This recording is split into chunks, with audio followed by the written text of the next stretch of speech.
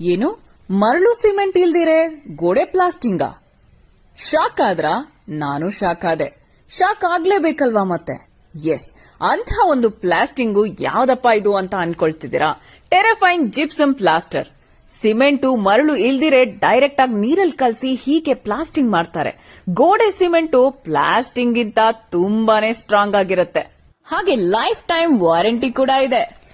ಸಾಮಾನ್ಯವಾಗಿ ನೀವು ಮರಳು ಸಿಮೆಂಟ್ ಮಾಡಿರುವಂತಹ ಗೋಡೆಗೆ ಮೊಳೆ ಹೊಡೆದ್ರೆ ಅದು ಫುಲ್ ಕ್ರ್ಯಾಕ್ ಆಗತ್ತೆ.